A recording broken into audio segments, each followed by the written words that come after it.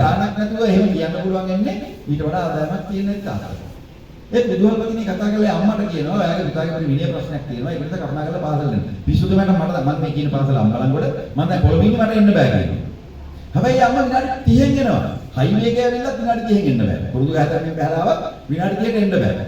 මොකද කොල්ල කොහොම හරි අම්මට කතා කරලා කියලා තියෙනවා. අම්මේ ෆෝන් එක ප්‍රින්සිපල් ගත්තා. ඒ විදුහල්පතිනේ මම හිතුවා අම්මා ඇවිල්ලා මටයි දොස් කිව්වේ ඕක මොකද්ද අපිව දරුවන්ට අරන් දීලා තියෙන දරුවන්ගේ පරිභෝජනෙට ඕවා මැඩම් කොට දඟලන්න ඕනේ. ඒක වැරදි. පාසලෙන් කිසියම් විනය කටයුත්තකට දරුවෙකුට දඬුවමක් පනවනවා කියලා කියන්නේ සාධාරණ හේතුවක් මත බොහෝ. ඒ විදිහදී අපි එකපාරට දරුවන්ගේ පැත්ත ගන්න යන්න නරකයි. ඒ වෙනුවට අපි හොයන්නේ ඇයි මෙහෙම වුනේ? ඇයි මෙහෙම? දැන් නරක සම්ප්‍රදායක් තියෙන ලංකාවේ රාසනික ගුරුවරයෙක් දරුවෙකුට දඬුවම් කරාම දෙමාපියෝ ගිහිල්ලා එකපාරට දෙමාපියන් ගුරුවරුන්ට විරුද්ධව කටයුතු කරන්න පටන් ගන්නවා. මේක නරක සම්ප්‍රදායක්. අපි ඉස්සෙල්ලා හොයන්නේ ඇයි කියලා. හරි ඇයි කියලා අපි හොයන්නේ. මට මතකයි මගේ විදුහල්පතිවරයා වර එක මගේ පාසලේ යන දරුවෙකුට කිව්වා අර ඉස්සර ශිෂ්‍යත්ව ආදාර දෙන්න. ශිෂ්‍යත්වයට මුද්දර ටික අරන් එනවා. ඒක කාලේ තැඹිලි වල තිබිච්ච මුද්දරයක් තියෙනවා. මෙයාට තැඹිලි ගෙඩියක් කඩා ගන්න නැහැ. ගස්වල ගස්වල වදංගතයක් ඇදිලා තැඹිලි ලංකාවේ නතර ලෞකික තියෙන හොඳම තැඹිලි තියෙන ලංකාවේ. හැබැයි අපිට තැඹිලි පිටරට යවා ගන්න දෙයක් නැහැ. වසංගත කුමි වසංගතයක් වෙලා තැඹිලි වගාව නැති වෙමින් යනවා. මේ තමයි ප්‍රශ්න අපිට තියෙන්නේ. මේ මුද්දර ටික ගේන්න කියලා අපේ මිත්‍රයා වැව්වා. මෙයා ගිහිල්ලා ඒ කාලේ රුපියල් 100ක් දෙන මුද්දරයක් 725 ලොකු මුද්දර කොළ දෙක තුනක් දුන්නා. අපේ හාදයා කරේ මොකද මුද්දර ටික අර ඇලින පැත්ත ගම් කියන පැත්ත එකට ඉන්න නවාගෙන අරින්න ආවා. මගදී වැස්ස. මුද්දර ටික තෙමුණා. ඉස්කෝලේ යනකොට මුද්දර ටික එකට කෑලිලා. දැන් ඉතින් මොකද කරන්නේ? අල්ලන් ගහන්න. හැම ගහන්න. මට මතකයි විදුහල්පතිතුමාගේ ගිහින වතුර බාල්දියක් අරන් යනවා. වතුර බාල්දියක් අරන් යනවා. ඊට පොඩි පුටුවක් වාඩිනවක මේකේ. තමුසෙට ওই සතිය අන්තක්කෝ බලන්දනවා. එහෙමයි කිව්වේ. තමුසෙට ওই සතිය අන්තක්කෝ බලන්දනවා මම. දැන් ඔව් කියන්නේ. ඔය මුද්දර ටික ගලවනවා එකින් එක වතුරේ දාගෙන හිමීට අපේ මිත්‍රයා මුද්දර ටික ගලවමු දවසට. ඒක උරුමයි දඬුවම. මොකද කරපු මොඩකම ප්‍රායෝගික දඬුවම නෑ. මුද්දර ටික එක පැත්තට තියලා අරගෙන එනකොට වහින වෙලාවට වතුර වෙන එකම ඇලෙනවා කියන එක අවබෝධ කරගත්තේ නෑ. මෙන්න මේ අවබෝධය අපේ දරුවන්ට අපි දෙන්න ඕනේ.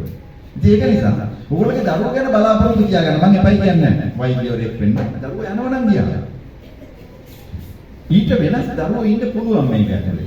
ඊට වඩා වෙනස් දරුවෝ අපි අතර ඉන්න පුළුවන්. ඒ නිසා දරුවන්ගේ දක්ෂතා කියන්නේ අඳුර ගන්න ඕනේ දෙමාපියෝ. දරුවන්ගේ දක්ෂතා. සමහර දරුවෙක් ගණිතයට දක්ෂ වෙන්න පුළුවන්. තව දරුවෙක් චිත්‍ර ශිල්පියෙක් වෙන්න පුළුවන්. තව දරුවෙක් ගායකයෙක් වෙන්නට පුළුවන්. තව කෙනෙක් ගොවිතැනක දක්ෂයෙක් වෙන්න පුළුවන්. නේද? අපි කොහොමද කියන්නේ? තව කෙනෙක් දීවර වන්නට පුරුදු වෙන්න පුළුවන්. අර දීවර කර්මාන්තේ අපි මේ වෙරළක් තියාගෙන ලංකාව වටේට මහ මුහුදක් තියාගෙන මත්ස්‍ය සම්පතක් තියාගෙන මතකනේ නේද? පහුගිය කාලේ සාලේ සූඩේ රුපියල් 100ට 200ට ගියමු සාලේ සූඩියෝ කිලෝ එක රුපියල් 800ට ගියා. ඒ කාලේ අපේ කට්ටිය දුන්නේ බලල් වලට තමයි සාලේ සූඩියෝ ගෙනත් දුන්නේ. අන්තිමට අපිට සාලයක් ගන්න බැරි මට්ටමට ආර්ථික කඩාගෙන වැටුණා. රට වටේම මොහොතනේ. ඒ වුණාට අපිට මාළුවෙක් ගන්න බැහැ. දැන් තමයි ආපහු මාළු ටිකක් ලාභ වෙලා තියෙන්නේ. හාල් ප්‍රශ්න තියෙනවා. නේද? ඒකෙන් අපි දරුවෝ සමහර වෙලාවට හොඳ ව්‍යාපාරිකයෙක්. අපි කොහොමද කියන්නේ මේ වෙලාවේ? අපි දරුවෝ දිහා බලාගෙන ඉන්නවා. දරුවෝගේ දක්ෂකම් අඳුර ගන්න ඕනේ. මොකද හොඳ දක්ෂ දරුවෙකුට හරියට මඟ පෙන්වීමක් ඕගොල්ලෝ දුන්නොත් ඒ දරුවා අපි මොහිතන දුරක් යනවා. හැබැයි අපි හිතුවොත් මගේ පාරේ තමයි දරුවා යන්න ඕන කියලා. වත් දොස්තර කෙනෙක් වෙන්න ඕන. වයි ඉංජිනේරුවෙක් වෙන්න නැත්නම් මම හොරහනවා. එහෙම අපි ගාවිය ඕන දෙයක් දෙන්න සපත්තු දුන්නා, ඩෙක් ෂූස් එකක් දුන්නා, කලිසම් දුන්නා, ඩෙනිම් කලිසමක් දුන්නා, හෑන්ඩ් ෆෝන් එකක් දුන්නා, ලැප්ටොප් එකක් අරන් දුන්නා. පරේ යන්න බෑ ඉංජිනේරුවෙක් වෙන්න. එහෙම හිතන්න. මොකද මට දරුවෝ හම් වෙලා තියෙනවා. අපොස උසස් පෙළ පළවෙනි වතාවේ ගණිත විෂයන්ගෙන් අපොස උසස් පෙළ කරලා ඒක අසමත් වෙලා ඊට දෙවෙනි වතාවේ වාණිජ්‍ය හෝ කලා විෂයන් කරලා වෙන පැත්තකින් ඉස්සරහට ආවා. දැන් මාතර දිස්ත්‍රික්කේ ඉන්නවා මගේම යාළුවෙක් මගෙත් එක්ක විශ්වවිද්‍යාල යාළුවෙක් පුතේ. එයා දිස්ත්‍රික්කයේ ඉහළම රෑන්ක් එකක් අරන් ආවා. එයාගෙන් මට කියපු දෙයක් තමයි අනේ මාමේ මම කැමති ෆිසික්ස් කරන්න භෞතික විද්‍යාව කරන්න තාත්තට ඉංජිනේරුවෙක් කරන්න කියන හින්දාම මම ඉංජිනේරින් කරන්න යනවා. කටුපැත්ත සරසවිල ගියා. ඒකට මම කවදා හරි ෆිසික්ස් උපාධියකුත් ගන්නවා. මම PhD එකක් කරනවා. ඒ දරුවගේ ආශාව. සමහර විට මහාචාර්යවරයෙක් එතනින් බිහි වෙන්න තිබ්බා. හැබැයි අපේ මිත්‍රයා ඒකට කැමති වෙච්ච නැති නිසා දරුවා ඉංජිනේරුවෙක් වුණා. අඩු ගන්න දරුවා එහෙම වුණා. සමහර දරුවෝ අධ්‍යාපනයේ කඩාකප්පල් කරගන්නවා. මට එහෙම දරුවා හම්බෙලා නැහැ. එහෙම දරුවොත් එක්ක අපි වැඩ කරලා තියෙනවා. ඒක නිසා කරුණාකරලා දරුවව මෙහෙවන්න කියන එක හරි කල්පනාවෙන් කරන්න. දරුවට මඟ පෙන්වන්න. ඕගොල්ලන්ට ඕන විදිහටම දරුවව අරගෙන යන්න හදන්න එපා. දරුවෝ කෝපමස් කරලම හදන්නත් බෑ. සැරවැර කරලම හදන්න නෝ දරුවෝ ගැන කුමාර දුන්දාස කියන අපේ පඬිවරයා කිව්වේ අලියන්ට ළමයින්ට නලියන්ටමයි හිත. දැන් දැක්කනේ මෙතන එක විදිහට තියාගන්න බෑනේ දරුවන්ව. ඔය ටික එකතු වුණාට පස්සේ තියෙන අමාරුව ඕගොල්ලෝ දන්නේ ගෙදර දරුවයි දෙන්නයි. දැන් අපි එහෙමනේ තියෙන්නේ. හැබැයි මේ ගුරුවරු දන්නවා මේ දරුවෝ ටිකක් එකට තියාගෙන කොහොමද වැඩ කරන්න තියෙන අමාරුව කියලා. දවස ඉවර වෙනකොට තෙල්ලන්නේ නැහැ. හරි කෑ ගහලා දැන් අපි දරුවොත් එක්ක වැඩ කරලා දන්නවා ටිකක් කළා යනකොට හෙම්බත් වෙනවා. මොකද දරුවොත් එක්ක හැම දරුවෙක්ම අවධානය ඉල්ලනවා අපි. හැම දරුවෙකුටම මේ අවධානය දෙන්න ඕනේ. නැත්නම් ඒක දරුවෙක් මගේ අරිනවා අපි.